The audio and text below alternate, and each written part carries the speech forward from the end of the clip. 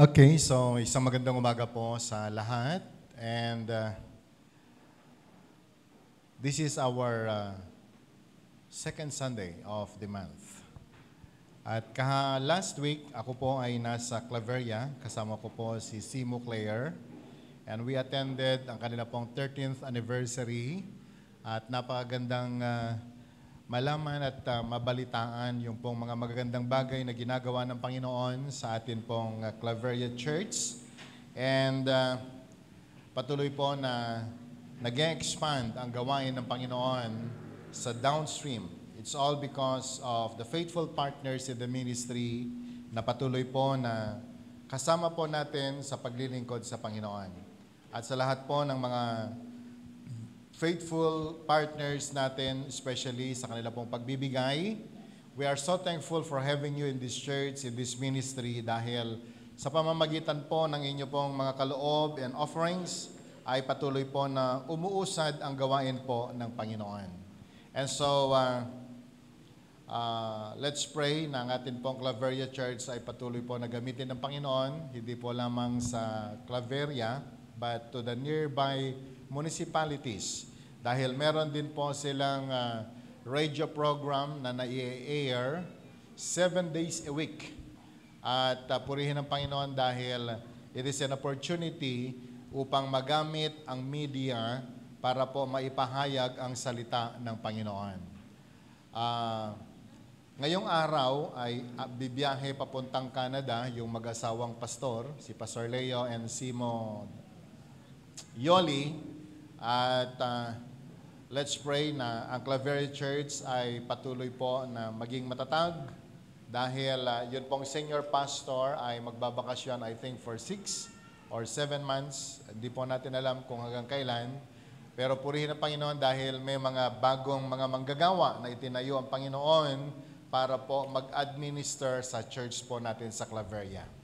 And let's pray, even our church in Ballesteros, we are praying na ang church po ng Ballesteros ay patuloy din pong maging matatag at magamit sa kaluwalhatian ng Panginoon for the expansion of God's kingdom sa mga lugar po na yan. Last Sunday, nag-celebrate din ang ating 611 Bacolod. Palakpakan nga po natin ang Panginoon. And we are so glad to announce to you, my brothers and sisters, na yun pong Bacolod Church, kahit po kauumpisa pa lamang, ay nakita po natin kung paano po pinalalago ng Panginoon yung ministry in many ways, not only in numbers, but even in their spiritual life ay patuloy din po na sila ay pinalalago, binebless ng Panginoon sa kabila ng napakarami din po mga pagsubok sa paglilingkod sa Panginoon. So, sa mga kapatid po natin na mga taga-Bacolod, congratulations, you're doing good. May the Lord bless you at patuloy na gamitin kayo maging sa gawain ng Panginoon sa mission work in Visayas. Okay, so let's go to the Word of God. But before we go to that, itong buwan po na ito ay, ito po yung celebration ng International Women's Month. Amen. So sa lahat po ng mga kababaihan, ito po yung buwan para sa inyo. Mabuhay po kayong lahat at pagpalain kayo ng Panginoon. At dahil Women's Month ngayon ay ako po ay nag-prepare ng isa pong teaching, a Women's Month special, dahil alam ko po na napakalaki ng role na ginagampanan ng marami pong mga kapatiran tayo, lalong-lalo na po ang mga kababaihan. Okay? Especially to the mothers, kayo po yung tinawag na mga ilaw ng tahanan. Kayo po yung nagbibigay liwanag, hindi lamang sa mga asawa ninyo, kundi sa mga anak ninyo. And so today, ay nais ko pong ibahagi ito pong teaching na ito for all of us, not only for the women, but for all of us. Especially to the women na nanonood po dyan, in your home, kung saan ka man naroroon. I want you to listen very carefully at makita po natin, ma-discover po natin, paano kayo ginagamit ng Panginoon in many ways para po maging blessing kayong lahat. Let's open our Bibles please in Matthew chapter 15. especially of verses 21 hanggang po sa verse 28. Matthew chapter 15, beginning verse 21 hanggang po sa verse 28. Okay. I am using NIV. Sorry. Okay. So, leaving that place, Jesus withdrew to the region of Tyre and Sidon. A Canaanite woman from the vicinity came to him, crying out, "Lord, Son of David, have mercy on me. My daughter is suffering terribly from demon possession." Sabi nga po natin, demon possession. Jesus did not answer a word. So his disciples came to him and urged him, "Send her away, for she keeps crying out after us." He answered, "I was sent only to the lost sheep of Israel." The woman came and knelt before him. "Lord, help me," she said. He replied, pwede po ba natin basahin sandali? "It is not right to take the children's bread and toss it to their dogs." "Yes, Lord," she said, "but even the dogs eat the crumbs that fall from their master's table." Then Jesus answered, "Woman, you have great faith. Your request is granted." And her daughter was healed from that very hour. Purihin ang Panginoon sa kanya pong mga salita sa umaga pong ito. Let's pray. Lord, may you bless your word today. And I pray, O God, bless every ear and bless every heart. Na sa amin pong pagtanggap ng mga salita mo, Panginoon, ang aming dalangin, may your revelation and your very rema ay makita at matanggap ng bawat isa sa amin. And that, Lord God, your word will accomplish great things in our lives.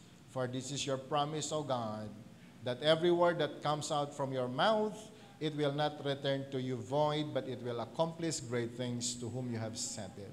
So today, Lord, I pray, may you bless us and bless your word. This is our prayer in Jesus' name. Amen. Dito po sa istorya, mga kapatid, ay makita po natin ang isang tagpo na ang sabi po ng Bible, si Jesus pagkatapos po na nagawa niya ang kanyang mission sa isang lugar, siya po ay naglakbay at siya ay dumaan sa Tyre and Sidon. At dito po sa mga talata na ito, sabi po ng Bible, a Canaanite woman from the vicinity came to him at siya po ay sumisigaw, humihingi ng tulong at sinabi, "Lord, Son of David, have mercy on me. My daughter is demon-possessed and suffering terribly." Ang kanya pong anak, according to some Bible commentaries, is something like 3 to 5 years old. 3 to 5 years old, suffering from demon possession. Mga kapatid, mga kaibigan, gusto ko po sabihin sa inyo, ang demon possession po ay hindi biro na sitwasyon ng isang tao. For the Bible is telling us, ang mga demon possessed, wala po sila sa sarili nila. Ang nagko-control, ang nagpapahirap sa taong ito ay ang demonyo. At gusto ko po sabihin sa bawat isa sa atin, ang demonyo po ay hindi mabuting kaibigan. Can I hear amen? According to the Bible, John chapter 10 verse 10, ang demonyo walang ibang pinangarap o gustong gawin but to steal, to kill, and to destroy. Ang magnakaw, ang pumatay at magnakaw, yan ang kanyang nais gawin sa tao. And can you imagine kung ano ang ginagawa ng isang demonyo controlling a person, especially at the age of 3 to 5 years old. Kapag siya po ay naglalakad, ay inihuhulog po siya sa bangin. Kapag siya po ay dumadaan, maging sa lutuan ay ibinubuwal siya ng demonyo sapagkat wala pong ibang ginawa ang kaaway kundi po ang sirain ng tao. Bigla na lamang nagko-collapse ang bata, nawawala sa sarili, nalalaglag kung saan-saan, at ganyan kahirap ang kanya pong nararanasan. And as a mother, ay nakita po nung babae kung paano pinapahirapan ng demonyo ang kanyang anak. Ilan ho dito mga nanay? Taas nga po ng kamay. Praise the Lord. Di po ba mga nanay, kapag yung anak po natin ay nilalagnat, lalo na pag sila po ay kinukumbulsyon, natataranta ho tayo, di po ba? Di natin alam kung ano gagawin, how will we react kapag ganito ang nangyayari sa mga anak natin. O kapag ang mga anak ay nagsasuffer ng sakit na, uncontrollable, hindi po halos makakain at makatulog ang mga nanay. But can you imagine, yung feeling po ng babae na ito, kung ilang taon yung kanyang anak ay sinapian ng demonyo at pinapahirapan at halos mamatay. And this is the very picture, ito po yung sitwasyon na nakita ng nanay sa kanyang anak. But remember, this woman is a Canaanite. Pag sinabi pong Canaanite, sila po yung outcast ng Israel. Walang karapatan na tumanggap ng kahit na anong pabor na galing sa Diyos sapagkat hindi sila naniniwala sa Diyos. Can I hear amen? They are unbelievers. Pero sa tagpo po na ito, mga kapatid, nung ang nanay na ito, nakita niya ang sobrang hirap na nararanasan ng kanyang anak. Lumapit siya sa Panginoon at nagsabi, Lord, Son of David, have mercy on me. Can we read that part? Lord, Son of David, have mercy on me. Sino po yung kanyang hinihingan? O bakit sinabi po niya, have mercy on me? Hindi niya sinabing maawa ka sa aking anak, kundi ang kanya pong panalangin sa Panginoon, have mercy on me. At nung siya po ay lumapit sa Panginoon, ang kanyang mga salita ay salita na mukhang kilala niya ang Panginoon na kanyang tinatawag. When he cried out to Jesus, he cried out na para bang kilalang kilala niya ang Panginoon, samantalang this woman is a Canaanite.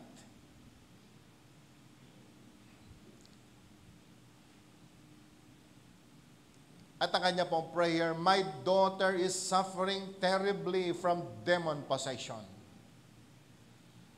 Ang aking anak ay pinapahirapan ng sobra ng demonyo.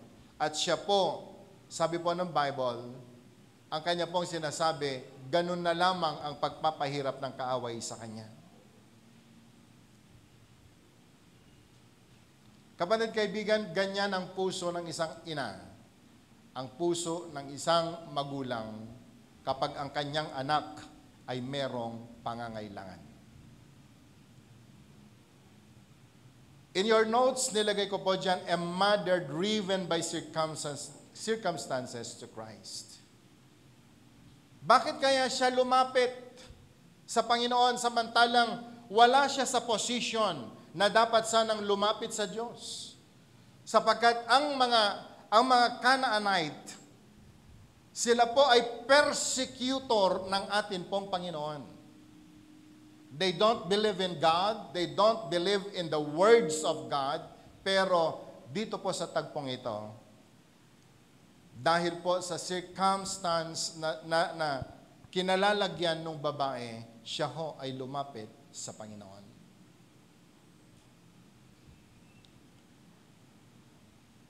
Her daughter is demon-possessed and suffering terribly. Sabihin nga po natin, terribly. Siguro 2 o 3 taon na niyang nakikita ang paghihirap ng kanyang anak. And can you imagine kung gaano kahirap sa puso ng isang magulang, lalo na ng isang nanay, yung maghapon mong nakikita, magdamag mong nakikita ang sitwasyon ng anak mo pagkatapos ganyan. So kahit hindi karapat-dapat ang gagawin mo, kahit hindi tanggap ng isip at ng konsensya mo, gagawin mo ang lahat para lamang tumanggap ka ng answered prayer. And that's the very situation of this mother. Dahil yung suffering ng kanyang anak, it caused too much pain sa puso ng isang nanay. Kaya po mga kapatid, nung nalaman niya na si Jesus ay pupunta sa lugar po nila, with so much desperation, siya ho ay lumapit sa Panginoon. Alam niyo po ba na hindi po pwedeng mag-usap ang isang Hudyo at ang isang Canaanite? Kaya nga pati si Jesus, nung humingi siya ng tubig sa Canaanite, ayaw siyang bigyan ng tubig, hindi po ba? Sapagkat hindi po pwedeng mag-usap ang dalawa. Ngayon, yung babae na Canaanite ay pumunta sa Panginoon. Kasama ang kanyang mga disciples. Alam niyang hindi siya po pwedeng lumapit. But you know, brothers and sisters, it's all because of that circumstance na meron siya. Yan ang nagtulak sa kanya kung bakit kinakailangan niyang gawin ang isang bagay, ang lumapit sa Panginoon.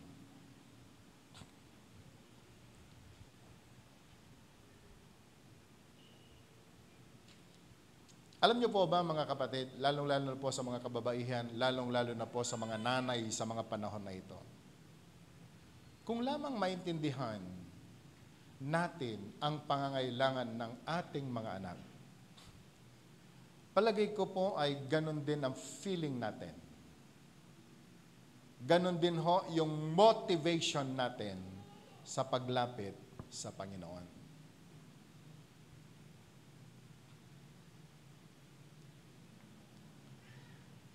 For more than 25 years ay nakita ko kung paano manalangin si Claire. Every morning, every evening. At nakita ko po yung kanyang attitude towards prayer. Kung paano niya kalampagin ang langit para sa amin na kanyang pamilya, lalong-lalo na para sa kanyang mga anak. Of course, hindi niya sinasabi sa mga anak namin kung paano siya nanalangin para sa kanila. But I believe as a mother, alam ni Claire na may pangangailangan ang aming mga anak na ganun na lamang siya manalangin. Isa lang ho yung kwarto na tinutulugan namin. Kaya kapag nag-lock po ng door yan, hindi ko po pwede siyang istorbohin sapagkat panahon niya na manalangin sa Panginoon.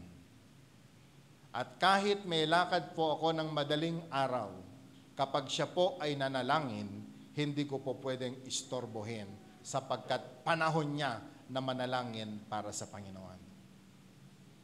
Dahil alam ko, yung kanyang panalangin na ito, merong nag-uudyok sa kanya. Of course, ang pagmamahal niya sa Panginoon. Pero pangalawa, sapagkat ang dami po niyang mga anak sa 611 na dapat po niyang ipanalangin at yun ang kanyang ginagawa. Alam niyo ho kapatid, especially to the mothers na nandito po ngayon o maging sa inyong lahat na nanonood online,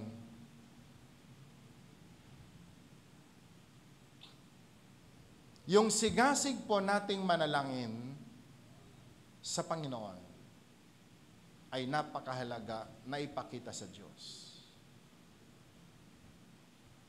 Lalong-lalo na kapag alam po natin na may pangangailangan ang atin pong mga pamilya. Can I hear amen? Kung alam lamang natin kung paano ang babae na ito, sa kabila na siya po ay unbeliever, sa kabila na wala siyang karapatan na lalapit kay Jesus, but because of the need ng kanyang anak, lumapit siya sa Panginoon. At alam niyo po, dala niya yung hirap, dala niya yun pong pangangailangan ng kanyang anak at lumapit sa Panginoon. Identified niyang mabuti kung ano yung kailangan niya sa Diyos. At alam niyo po mga kapatid, ito pong babae na ito, samantalang siya po ay Canaanite at hindi nga dapat tumanggap ng kahit na ano na nagmumula sa Panginoon, imbes na siya po ay entertain ng Panginoon. Ang nakakalungkot, nung siya ho ay tumatawag sa Panginoon na hindi po siya pinapansin. But still the woman keep on asking, Lord, have mercy on me. Dahil alam po ninyo, ang nanay, ang kanyang pangarap ay tumanggap ang kanyang anak ng mga magagandang bagay. Nais niya na tumanggap ang kanyang anak ng karapat-dapat na kanyang tanggapin, lalo na ang kanyang kagalingan. Ang mga nanay, gusto natin na umayos ang mga anak natin. Can I hear amen? Can I hear amen? Wala naman yatang nanay na nagsabi sa kanyang anak, "Anak, okay na yung 75 na grade mo." Ang nanay,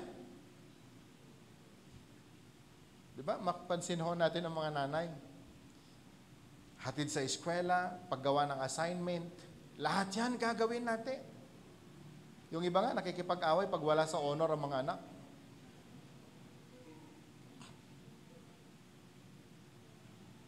Lahat ay gagawin para lamang sa kanyang mga anak. Sapagat yan ang pusong ina. Yan ang pusong ina. Wala naman yatang matinong nanay na hindi nangarap ng mabuti para po sa kanyang mga anak. They want the very best for their children. Can I hear a man? And they want the lives of their children to be full. Yung maging ganap, mayaman at malakas, yan ang pangarap ng isang nanay sa kanyang anak. Pero alam niyo po, dito po sa talata na nabasa po natin, dito po sa teaching na pinapag-aralan po natin, ito pong mother po na ito is unbeliever. Considered to be enemy of faith.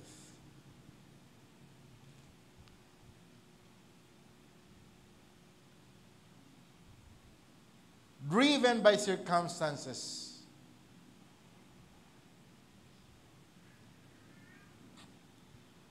Mga magulang, lalong-lalo na po kayo na mga nanay. Minsan may mga pagkakataon bumababa po yung gana nating manalangin. Aminin po natin yan. Lahat ng tao, lalong-lalo na ngayon, lalong-lalo na po ngayon, may kalaban po tayong TikTok, Messenger, what else? YouTube. Tanggapin po natin, minsan bumababa po yung apoy ng gana ng tao na manalangin. Can I hear amen? Gusto mo manalangin bago matulog pero ang kalaban mo ay teleserye.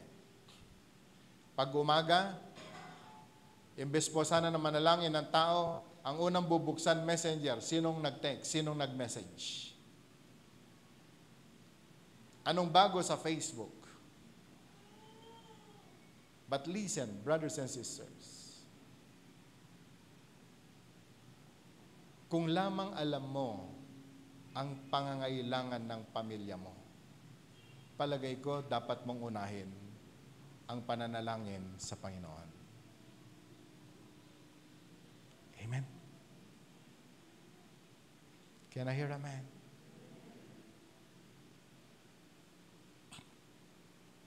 Kung lamang alam ng tao ang pangangailangan ng kanila pong mga anak sa Panginoon. They need of wisdom, they need of God's protection. Palagay ko talagang uunahin mong manalangin sa Diyos.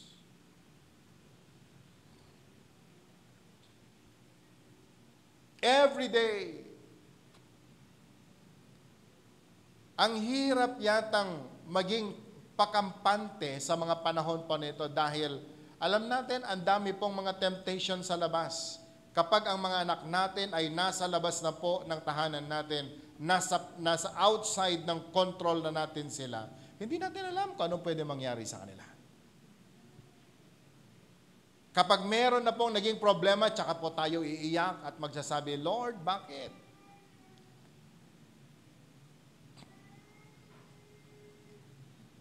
That's why I encourage everyone, lalong-lalo na po yung mga malalapit sa amin. Madalas kong sinasabi, lalo na kapag nakita ko sa kanila pong Facebook, marami pong mga nakikita akong nagbubuntis. And so I keep on giving them the message na ganito. Pray for the baby sa loob ng iyong sinapupunan. Sapagat alam ko na ang tanging makapangyarihan na po pwedeng magbigay ng kalusugan sa loob sa bata na nasa loob ng kanyang sinapupunan, walang iba kundi po ang Panginoon. Can I hear amen? Alam niyo po ba na ang Diyos ang nagninit ng lahat ng spare parts ng katawan ng bata na nasa loob ng sinapupunan natin? Walang doktor na makagagawa niyan. It's only God. And so I encourage every woman, umpisa pa lamang ng pagbubuntis, be close to God and pray for the baby in your womb. Ganyan ka-concerned dapat ang nanay sa kanyang anak. Are you with me? Bubuti pa yung inahing manok kung paano magbigay ng concern sa kanyang itlog. Alam niyo po ba ang mga inahing manok? Kapag sila ay nangitlog, kapag nakompleto na nila yung number ng itlog na dapat po nilang iluwal, mag-uumpisa na silang maglimlim. At sa kanila pong paglilimlim, hindi po yan kakain. Sapagat kinakailangang magbawas siya ng weight para kapag nilimliman niya yung kanyang itlog, ay hindi mababasag. Kaya siya nagfa-fasting. Kaya hindi po siya kumakain ng marami kapag siya ay naglilimlim. Dahil iniingatan niya na sa kanyang paghiga ay hindi po madaganan ang kanyang mga itlog ng mabigat niyang katawan. So meron po siyang sakripisyong ginagawa. Kaya nga po sa Isaiah, ginamit ng Panginoon na example ang inahin sa pag-aalaga ng kanyang mga anak. Can I hear amen? At maliit lang ang katawan ng manok, pero ini-schedule niya kung paano po niya ikutin ang lahat ng kanyang mga itlog para lahat po sila ay makatanggap ng init na nanggaling sa kanyang katawan. Manok lang yan, pero naiintindihan niya ang pangangailangan ng kanyang mga anak. Sana all.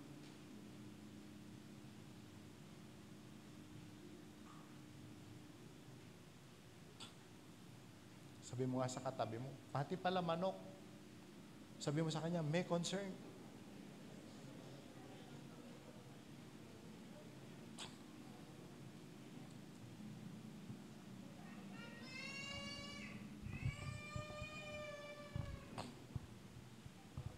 Pagkatapos pong mapisa ang lahat ng kanyang mga itlog, ilalabas.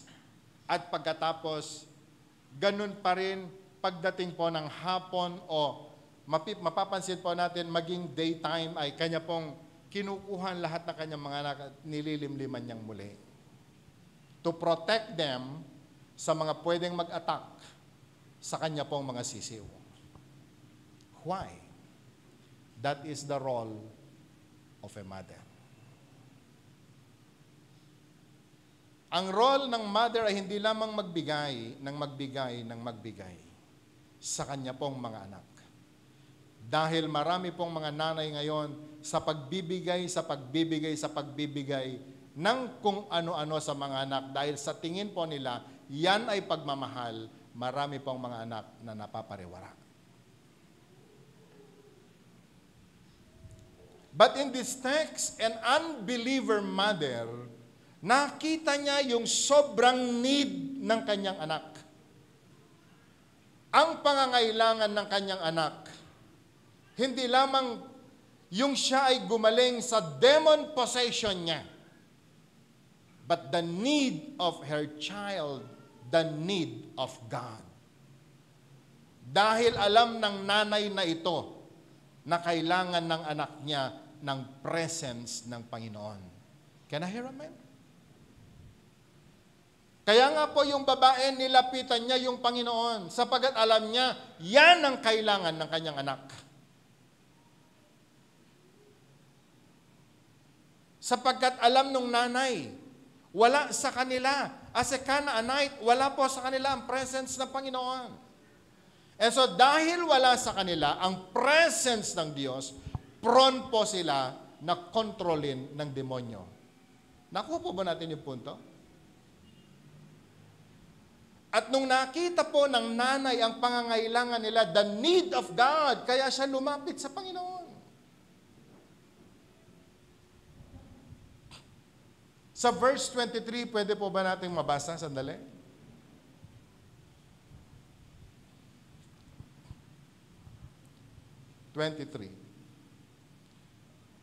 Can we read that part? Jesus did not answer a word. So his disciples came to him and urged him, "Send her away, for she keeps crying out after us." Nung hindi siya pinapansin ni Jesus, alam niyo po yung babae, sa mga disciples siya nangulit, na-demon possess yung anak ko. Itinutumba, pinapahirapan ng demonyo. Pwede bang gawan niyo ng paraan? So pati po yung mga disciples ni Jesus, nilalapitan niya. Samantalang hindi sila magkalahi, samantalang hindi sila dapat nag-uusap. Pero dahil sa sobrang pangangailangan po ng babae, mga kapatid, dahil sa sobrang pangangailangan ng nanay na ito, ganyan ang kanyang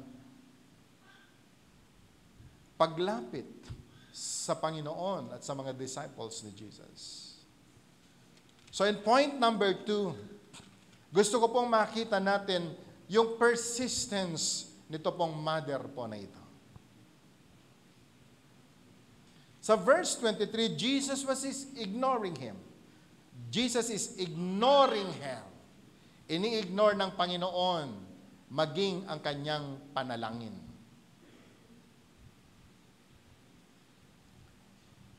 Nung hindi umiimik ang Panginoon, yung mga disciples ni Jesus ang kanya pong nilalapitan.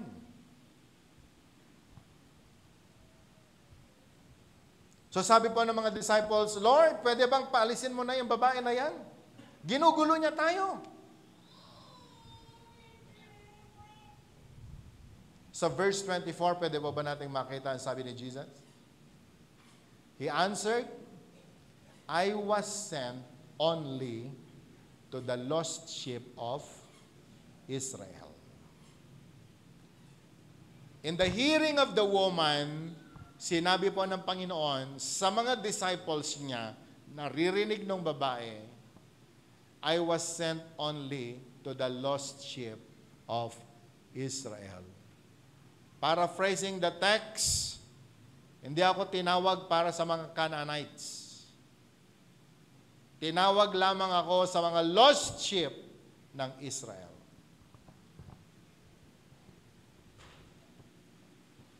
But the woman is very persistent. Dahil alam niya may pangangailangan ang kanyang anak. Alam niya na merong dapat mangyari sa paglapit niya sa Panginoon. Ano sabi po ng verse 24? I was sent only to the lost sheep of Israel. Verse 25.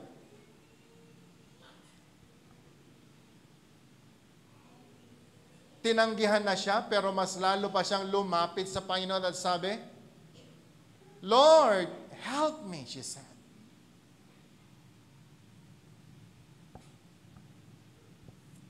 Pwede mo tumingin tayo sandali.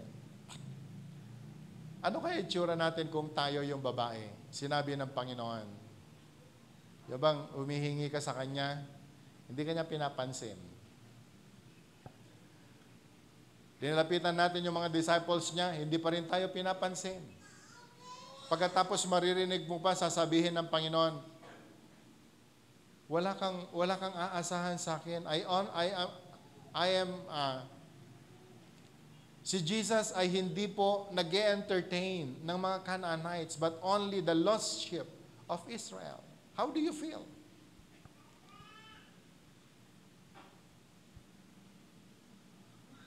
No Ilocano siguro dahi takit ko na numadim ke, di madim. Kung ayaw mo, wag. Listen to this. Alam niyo po ba na sa panahon natin ngayon, tayong mga Kristiyano, kapag tayo ay merong prayer request at hindi po nangyari ang prayer request po natin, diyan nag-uumpisang nanlalamig ang maraming Kristiyano, yung iba ay nag-backslide na. But come to think of it, ano yung nilapit mo sa Panginoon? Yan ang dahilan kung bakit ang dami na pong Kristiyano na hindi na po nagpatuloy sa paglilingkod sa Diyos. At alam niyo po mga kapatid, yan ang pagkakaiba nung babae. Siya po ay unbeliever, lumapit kay Jesus. At the end, in-entertain siya ng Panginoon.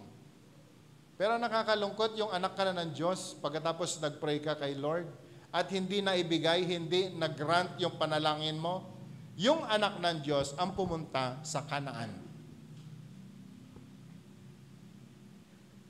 Maraming ganyan. Pero tingnan po natin ang tagpong ito. The woman came and knelt before him. Lord, help me, she said. Lord, help me.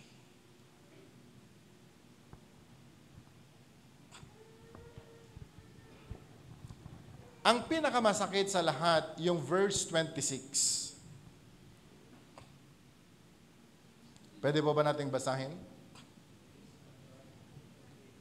Can we read it aloud? Go.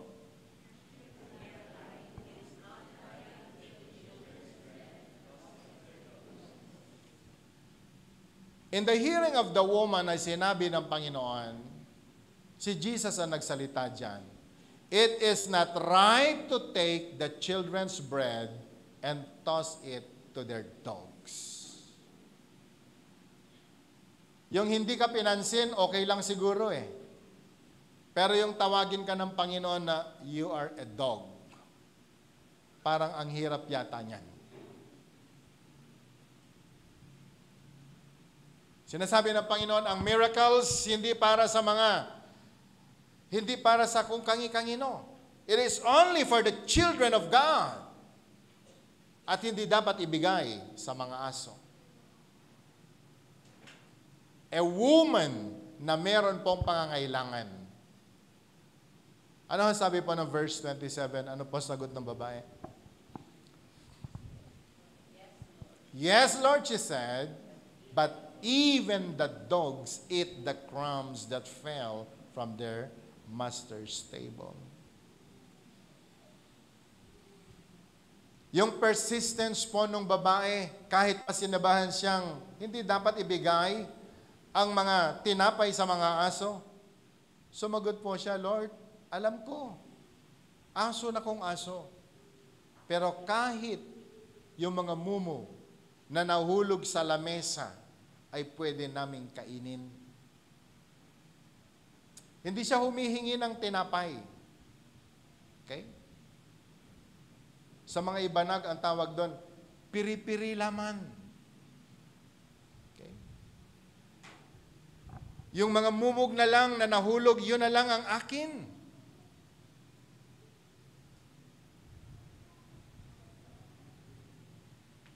Wala siyang pinangarap na malaki. Wala siyang pinangarap na bread na dapat para sa mga anak.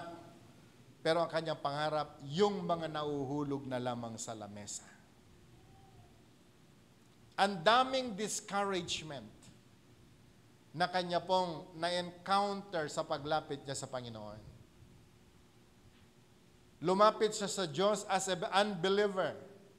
Alam niya yung kanyang position as unbeliever. Alam niyang hindi siya qualified na tumanggap ng kahit na ano. Tinanggihan na siya. Tinanggihan na ng mga disciples. Pero alam mo kapatid, alam niya yung kanyang iniwan na anak na na-demon possess. Sobrang hirap na ng kanyang nararanasan. Are you with me?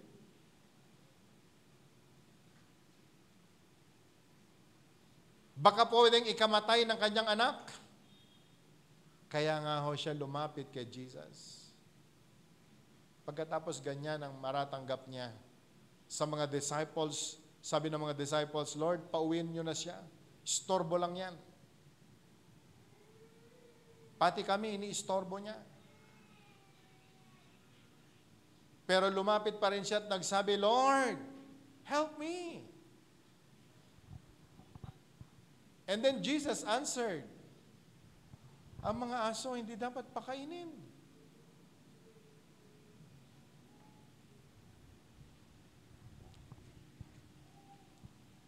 Isang nanay na alam niya ang kanyang ginagawa. Can I hear amen? Isang nanay na alam niya ang kanyang ginagawa. Kaya po nung sinabi nung babae, Lord, okay lang. Aso na kami kung aso. But I'm not asking for a bread. I'm just asking for the crumbs.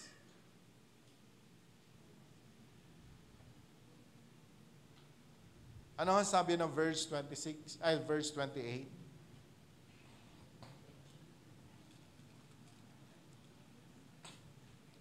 Then Jesus answered, Woman, you have great faith. Your request is granted. Can we read it aloud? Then Jesus answered, Woman, you have great faith. Sabi nga po natin, great faith. And because of that great faith, sabi po ni Jesus, your request is granted. Yung hinihingi mo, yung panalangin mo, binigay ko na. Alam niyo ano magandang balita? And her daughter was healed from that very hour. Yung kanyang anak na sinapian na masamang espiritu, gumaling. Canaanite woman. Pero nung siya ay lumapit sa Panginoon, at sinabi ng Diyos sa kanya, your faith, nakita ng Panginoon ang kanya pananampalataya. Alam niyo mga kapatid, God is an all-knowing God. Do you believe this? He is omniscient. He knows everything. Our attitude sa paglapit sa Kanya, sa paghingi ng kahit na ano, alam ng Panginoon.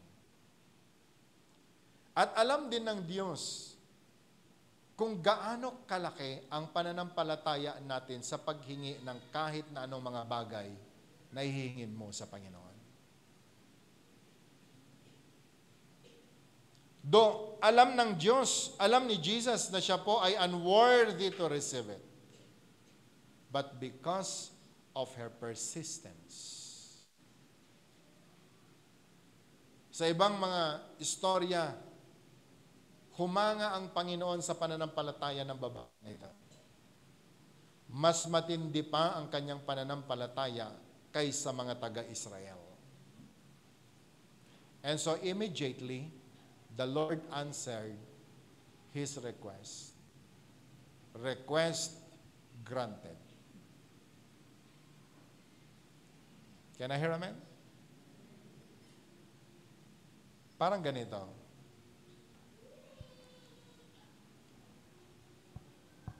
Pwede tayo sandali.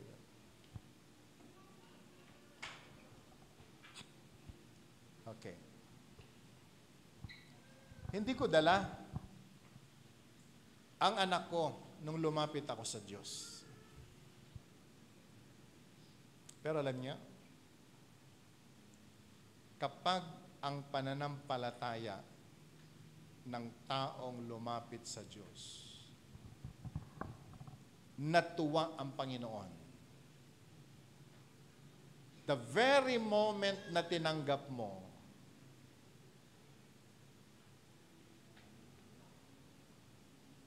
yung thumbs up ng Diyos. Alam mo, immediately, even the evil spirit na nasa anak mo ay lalayas. Nakuha niyo po ba ito? Nakuha niyo po ba yung point?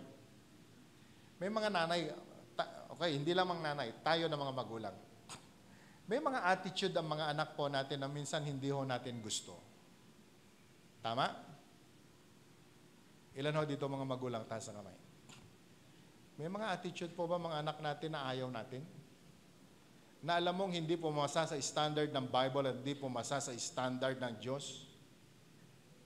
Can I hear a man? Hindi mo gusto dahil alam mo, pati Diyos, hindi niya gusto. Pero madalas ang ginagawa natin, ungit ito'y, ungit ijay, condemn dito, condemn doon. Di po ba? Tama po ba ako? Na para bang ang kalaban mo na ay yung anak mo.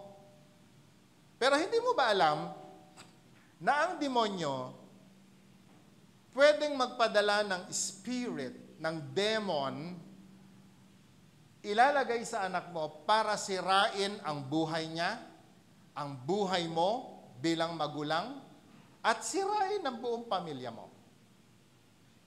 Hindi siya but the evil spirit that is ruling in the life of a person.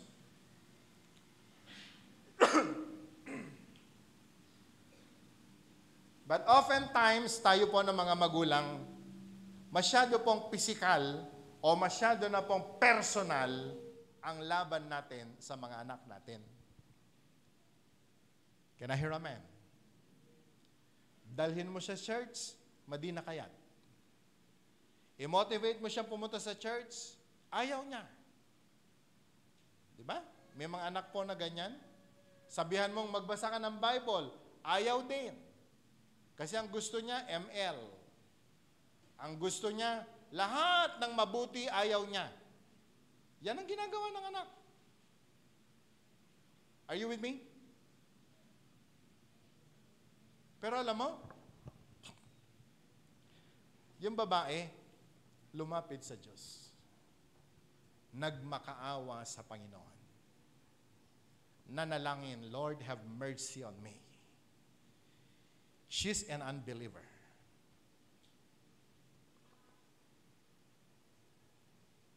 Pero nung nakita ng Diyos ang kanyang sigasig sa paglapit sa Panginoon,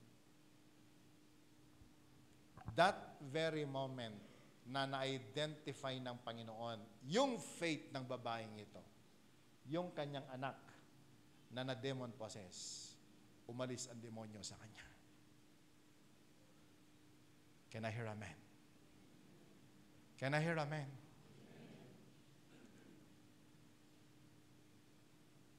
Wala tayong magagawa kahit ilang counsel, uray manunga baot titid mo ita, hindi mo kayang gawin.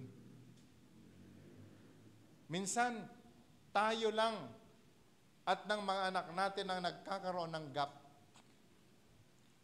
Dahil gusto nating baguhin ang sitwasyon ng mga anak natin, hindi natin kayang gawin yon. Are you with me? This is to encourage all the mothers today. I know how painful it is na yung anak na inalagaan mo sa iyong sinapupunan. Iniluwal mo, inalagaan mo, minahal mo. Pagkatapos nung lumaki, imbis na sumunod sa iyo, kalaban mo. Imbes na magbigay ng galang sa iyo, sama ng loob ang dala sa iyo. Samantalang Kristiyano tayo. Inilalapit mo sa Panginoon ang anak, pero ayaw. Kapatid, kung yung unbeliever nga may issue din sa kanyang anak, pero lumapit siya sa Panginoon. Hindi siya binigo ng Diyos.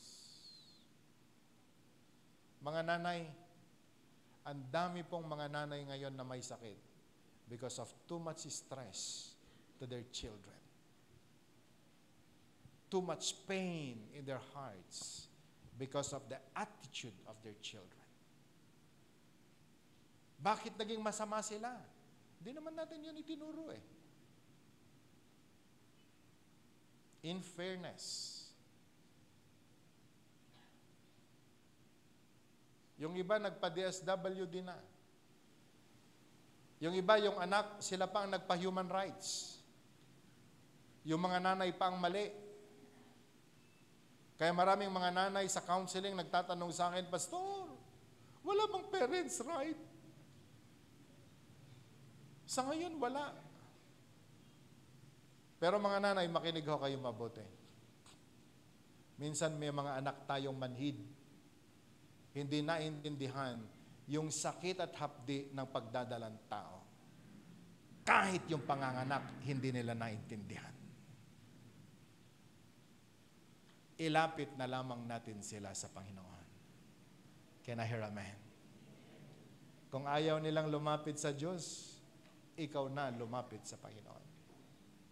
Kapag natuwa ang Panginoon sa pananampalataya natin, ang mga anak na ito, lalapit din yan sa Diyos. Naunawaan po ba natin? Can I hear amen? Mga anak, makinig ho kayong mabuti.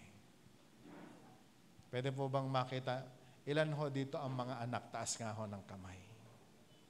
Dalawa lang ang po pwedeng espiritu na papasok sa iyo. Naunawaan natin? Ang espiritu ng Diyos at ang espiritu ng kaaway. Pastor, paano mo malalaman na ang espiritu ng Diyos ay nasa akin? Kapag ikaw nanampalataya sa Diyos na buhay at ginagawa mo ang kalooban ng Panginoon, sumusunod ka sa mga salita ng Diyos, walang duda, may espiritu ng Diyos sa iyo. Pero kung wala kang paggalang sa magulang mo, hindi ko na alam kung anong espiritu meron ka. Pero isang bagay lang ang kayang gawin ng isang magulang. Ang lumapit sa Diyos. Ang humingi sa Diyos. Sapagkat alam namin, hindi kami bibiguin ng Panginoon. Can I hear amen? Can I hear amen? Pastor, pinilit ko namang lumapit sa Diyos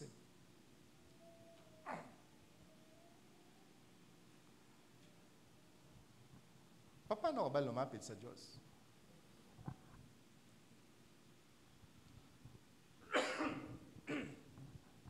Marami pong mga tao nagsasabi, lumapit ako sa Panginoon, Pastor.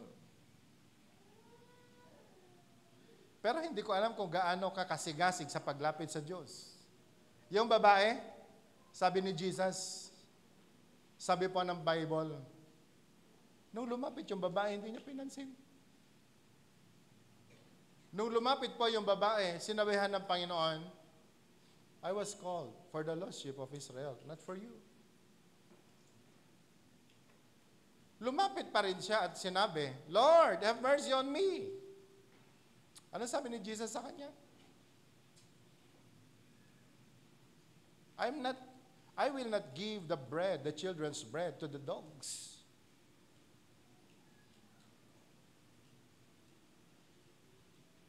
Mga anak, makinig ho kayo mabuti. Ang mga magulang ninyo.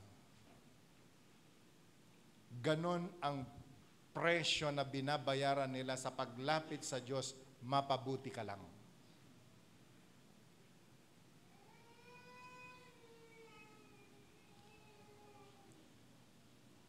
Araw-araw, binabayaran ng magulang ang presyo para lamang umayos ang mga anak. Can I hear a amen? Can I hear a amen? Mga magulang tinitiis ang init ng araw, ang ambon ang ulan, para lamang mag-tricycle, para lamang may maibigay sa mga anak. Nakita ba natin yun? Mga anak? Tapos pag ginagastos natin yung pera na binibigay nila sa atin, parang okay lang. Wala ho tayong respeto sa pagod at pawis ng mga magulang natin. But listen to this. Nakita ng Diyos ang sakripisyo ng mga magulang. Can I hear amen?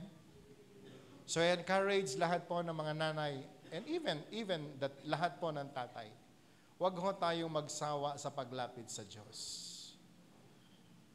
Kung ayaw po tayong pakinggan ng mga anak natin, merong Diyos na nakikinig sa atin. Can I hear amen? Can I hear amen? Huwag na ho tayong makipagtalo pa sa mga anak. May kipagpisikalan sa mga anak. Wala ho tayong lalayo't lalayo lamang sila. Isang araw maiintindihan nila ang halaga ng ginagawa natin. Pero ang mahalaga po ngayon, ang lumapit tayo sa Diyos. Ano man ang presyo na babayaran natin, tanggihan man po tayo ng langit kung sakali man, lumapit ka pa rin sa Panginoon. Sapagat alam mo ang paglapit mo sa Diyos, hindi ka niya bibiguin. Yung Canaanite woman nga di siya tinanggihan. Tinanggap niya ang dapat ay para sa kanya. Alam ko po, bubuti ang kalagayan ng mga anak natin.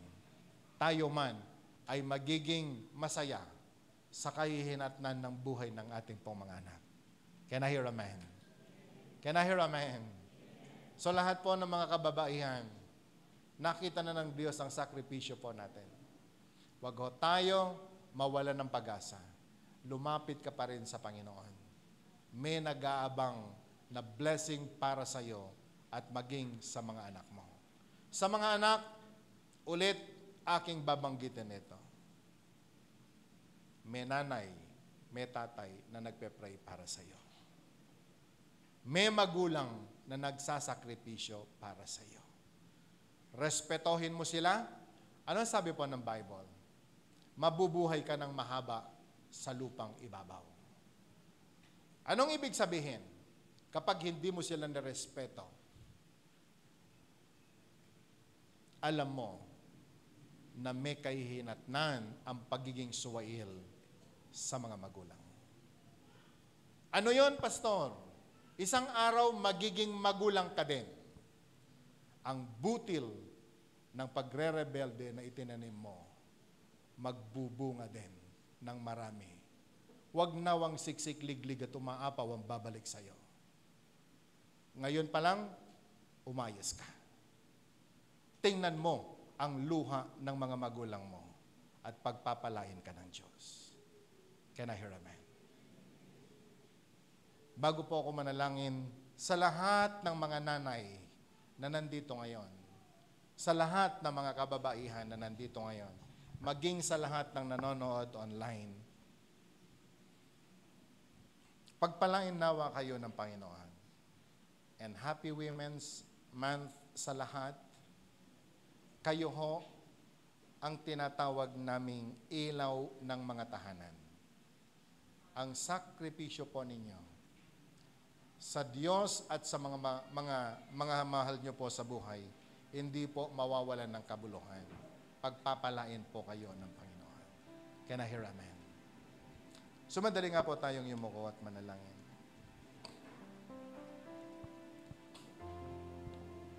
Dakilang Diyos, Ama naming sumasalangit, salamat sa iyong mga salita. Lord, nakita namin sa istoryang ito how you have blessed a praying mother.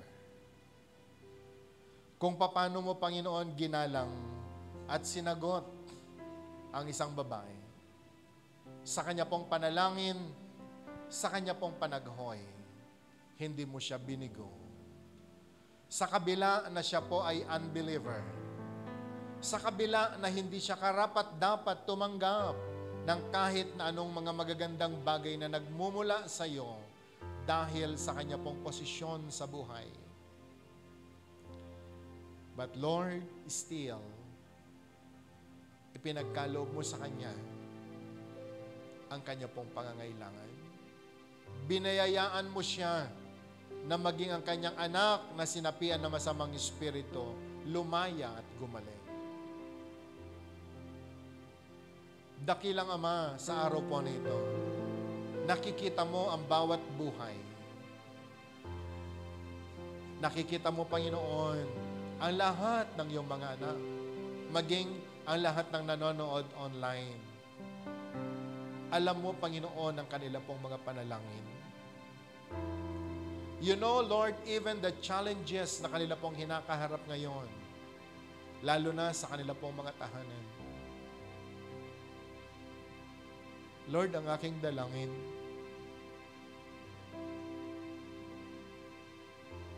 tingnan mo, O Diyos, ang bawat buhay. Tingnan mo, Panginoon, ang bawat pangangailangan ng iyong mga anak. Alam ko, O Diyos, hindi mo bibiguin ang mga taong lumalapit sa iyo.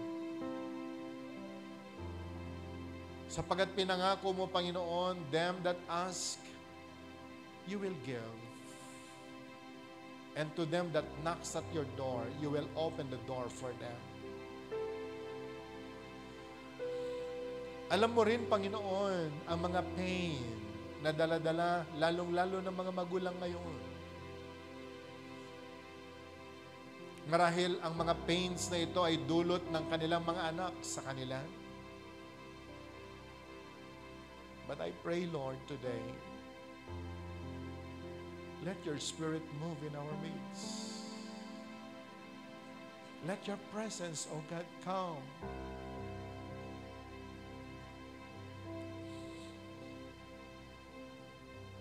Kami, mga anak mo, we believe, Lord, that we are your children. Pero kung hindi man kami karapat-dapat, Panginoon, sa mga bread, Lord, we pray even for the crumbs. Lord, we pray.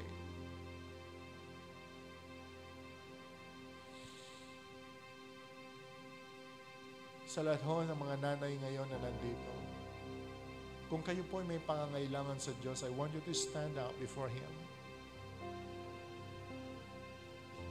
Sa lahat ng mga magulang na nandito ngayon, kung kayo po ay may pangangailangan sa Diyos, I want you to stand.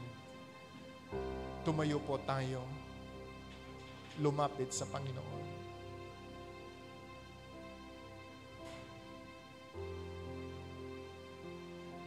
Hindi ko alam kung ano pong pangangailangan na yan. But I know the Spirit of God is now in our midst. And that even God in heaven, nakikita ng Diyos ang sitwasyon ng ating buhay, maging ang sitwasyon ng ating mga puso. Panginoon, dalangin ko sa bawat magulang na nakatayo ngayon.